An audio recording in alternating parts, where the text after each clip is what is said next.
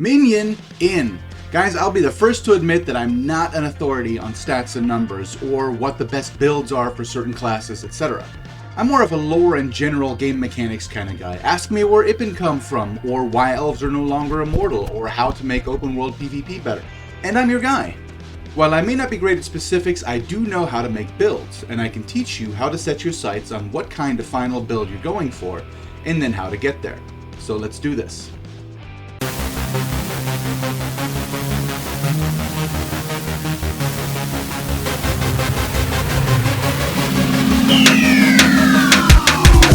Come for the game, stay for the commentary. Ain't nothing but a seeping, baby.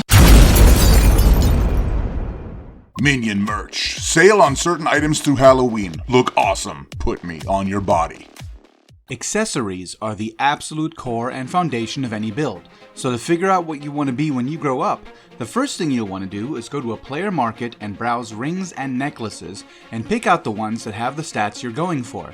If you're on a new or sparsely populated server, those items might not be on the market yet, so you should definitely go to pyreborn.com.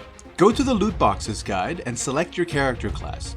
What you'll see is a list of all dungeons and arenas with their own drop loot tables. Go ahead and open the list for Abyssal Dungeons first, then check the loot tables of those dungeons for accessories, and check out their stats. If you don't find exactly what you're looking for, check out the regular dungeons. Somewhere on those loot tables are both ring and necklace that are the answer to your final build questions. Either buy those from the player market or make a note of them and where they drop. Now that you know what accessories you want, it's time to start building towards them. The next part is essential, so if you're going to remember anything about this guide, make sure it is this. The bonuses on accessories must be activated to take effect. To unlock the effects of an accessory, you must have the correct colors and number of runes. You may have noticed that your equipment has colored runes in it. By themselves, runes do nothing. Just having runes does nothing. Runes are for unlocking the effects of accessories, period. If you have your accessories, put them on and open your menu, then press RT to get to the section of the menu that displays status effects. There you will see which runes you have and which runes you still need to activate accessories. If you don't have the accessories yet, you should absolutely jot down the runes required by both ring and necklace on a piece of paper. It's important you have your goal clearly in your sights. Once you start accumulating B gear, and at the latest when you're moving up to A rank gear, watching the runes is very important.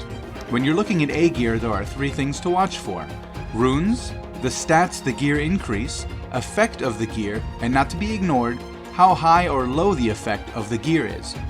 If you look up a piece of gear on the player market, you'll see the lowest and highest possible increase the gear effect can give. Highest possible is commonly referred to as God roll. Ultimately, God roll is what you want, but those are rare and very expensive, so it is okay to start lower and swap out later.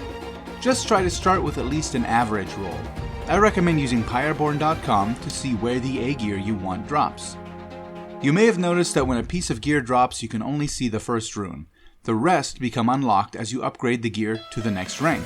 You can get a preview of what those runes will be by using a Scrying Scroll, which can be purchased from the limited time merchant for 30,000 starseeds.